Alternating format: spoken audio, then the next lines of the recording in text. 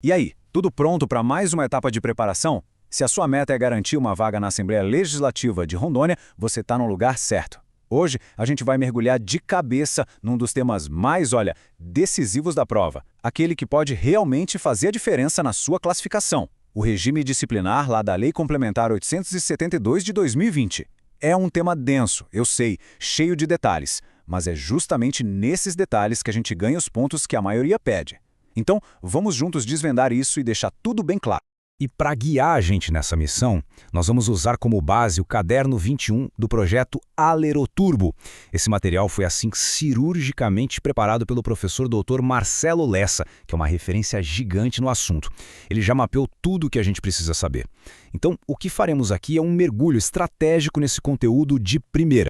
Antes de começar, uma coisa precisa estar muito clara na nossa cabeça. O seu desafio é dominar a lei, claro, mas no dia da prova, o seu verdadeiro adversário tem nome e sobrenome, Banca FGV. E ela não quer só saber se você leu a lei, não. Ela quer testar se você entendeu as pegadinhas, as exceções, as armadilhas, e é exatamente isso que a gente vai fazer aqui. Pensar como a banca pensa para não cair em nenhuma cilada.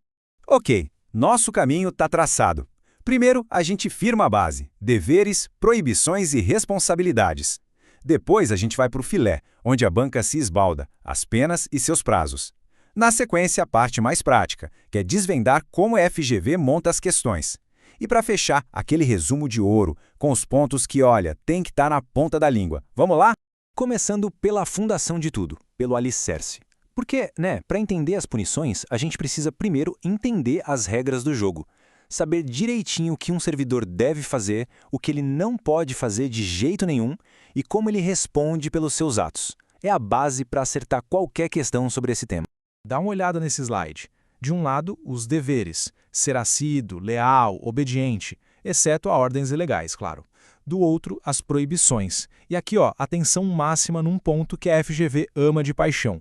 É proibido participar de gerência ou administração de empresa privada. Mas ser apenas acionista ou cotista, ou seja, só um investidor que não apita em nada na gestão, pode. A banca vai criar uma historinha para tentar te confundir com isso, pode apostar. Fica de olho. Outro ponto que despenca em prova, as 3 esferas de responsabilidade. Pensa assim, um único ato errado do servidor pode gerar 3 problemas diferentes, em 3 áreas que correm em paralelo. Ele pode responder na esfera civil, se deu prejuízo financeiro e tem que devolver dinheiro, na penal, se o que ele fez é crime, e na administrativa, pela simples quebra de um dever do cargo. E o detalhe de ouro é esse aqui, elas são independentes e as punições podem se acumular. É isso mesmo, um ato, 3 processos, 3 punições.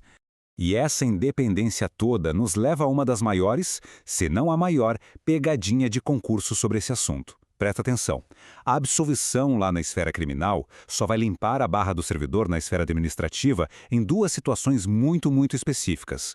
Se a sentença do juiz disser com todas as letras que o fato não existiu ou que não foi essa pessoa que cometeu o fato. Agora, se a absolvição for por falta de provas, a punição administrativa pode ser mantida. Por quê? É simples, na verdade. A exigência de provas no processo penal é muito mais alta. O que não é suficiente para mandar alguém para a cadeia pode ser mais do que suficiente para demitir do serviço público. Beleza, já entendemos as regras e as responsabilidades. Agora, vamos para as consequências, as penas e, o mais importante, os seus prazos de prescrição. É aqui, nesses detalhes de tempo, que a FGV gosta de esconder aquelas questões que separam quem passa de quem fica para a próxima. É um prato cheio para a banca. Esse quadro aqui é o mapa do tesouro. Vamos lá. Para faltas leves, a pena é advertência e a administração tem 180 dias para agir. Para faltas médias ou se o servidor for reincidente numa falta leve, a pena sobe para suspensão e o prazo para punir vai para 2 anos. E para as faltas gravíssimas, tipo corrupção, abandono de cargo, aí a conversa é outra. Demissão ou cassação de aposentadoria e para essas o prazo é o mais longo de todos, 5 anos. E já que a gente falou em suspensão, anota esse número aí na sua mente. 90 dias. Esse é o prazo máximo, o teto, para a pena de suspensão. A FGV pode muito bem colocar uma alternativa com 120 dias só para te testar e você já vai saber na hora que está errada. Agora, um detalhe importante sobre a suspensão. A lei permite que, em vez de afastar o servidor, essa pena seja convertida em multa. A lógica aqui é o seguinte: para não prejudicar o serviço, o servidor continua trabalhando. Só que, durante aquele período, ele vai ter um belo desconto de 50% no seu pagamento diário. Ou seja, ele trabalha, mas recebe só metade. É um jeito de cumprir a pena sem parar a máquina pública. Olhando o gráfico, fica muito mais fácil de gravar, né? Olha a diferença gritante entre os prazos. 5 anos para as infrações mais pesadas, que dão demissão, 2 anos para as intermediárias, que dão suspensão, e só 180 dias, ou seja, uns 6 meses, para uma advertência. A FGV vai fazer exatamente isso, criar uma historinha, dizer que o tempo passou e perguntar se a administração ainda pode punir ou se já era. Você precisa dominar esses prazos. Muito bem, agora chegou a hora da verdade. Vamos sair da teoria e simular o dia da prova. A gente vai ver como a FGV pega todos esses conceitos que a gente acabou de ver e transforma em questões cheias de cascas de banana. Olha só essa questão, um clássico dos clássicos da FGV. Ela quer saber o tempo exato para configurar o abandono de cargo e o que a banca faz? Coloca várias opções de dias e principalmente mistura consecutivos com interpolados. Pensa aí um pouquinho, qual é a resposta? E a resposta certa é 30 dias consecutivos. Esse é o número. É um dado seco, direto, que tem que estar tatuado na memória.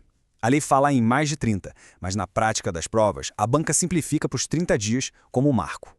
E aqui está o porquê, a análise cirúrgica. Abandono de cargo, que tem a ver com a intenção de largar o serviço, se configura com a falta por mais de 30 dias seguidos, direto, sem pausa. O principal distrator, a pegadinha que a FGV usa, é o conceito de inassiduidade habitual. Nesse caso, são 60 dias de falta, só que de forma pingada, intercalada ao longo de 12 meses. As duas podem dar demissão, mas os requisitos são completamente diferentes. Bora para mais uma? Agora testando aquele ponto crucial da independência das esferas. O servidor foi demitido por peculato, só que lá no processo criminal ele foi absolvido por falta de provas. E aí, o que acontece com a demissão? Ela cai por terra? É anulada? Ou ela continua valendo? E a resposta é: a demissão permanece válida. Lembra do que a gente conversou? A absolvição criminal por falta de provas não tem força para anular a decisão administrativa. A administração é autônoma para tomar sua própria decisão. A lógica por trás disso é muito clara. As instâncias são independentes. Quando o juiz criminal absolve por falta de provas, ele só está dizendo que, para o padrão superexigente do direito penal, não tinha certeza absoluta. Isso não quer dizer que o fato não aconteceu.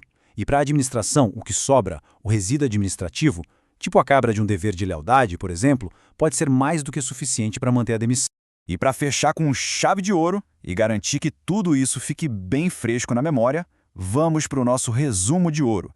São aqueles pontos-chave do material do professor Lessa que você precisa dar uma olhada na véspera da prova. Aquela revisão final, rápida e matadora. Primeiro, para não esquecer nunca mais, abandono de cargo. Ausência com intenção de não voltar por um período de mais de 30 dias seguidos. A palavra-chave aqui é consecutivos. Logo em seguida, para não confundir, inassiduidade habitual. Aqui o prazo é maior, 60 dias, e o jeito é diferente. As faltas são intercaladas, ou seja, picadas, somadas ao longo de um ano. E por último, um conceito que a FGV adora porque parece punição, mas não é, o afastamento preventivo. Isso é uma medida cautelar para evitar que o servidor atrapalhe a investigação. Dura até 60 dias, pode ser prorrogado e o mais importante de tudo, não é punição. E como não é punição, o servidor continua recebendo o salário integralmente. O professor Lessa termina o caderno dele com essa citação, e ela faz uma ponte perfeita entre o conhecimento técnico e a ética do serviço público. A ideia é de foco total, de dedicação exclusiva à missão que foi dada. E essa é a reflexão final para a gente. O regime disciplinar não é só um monte de regra para decorar para uma prova.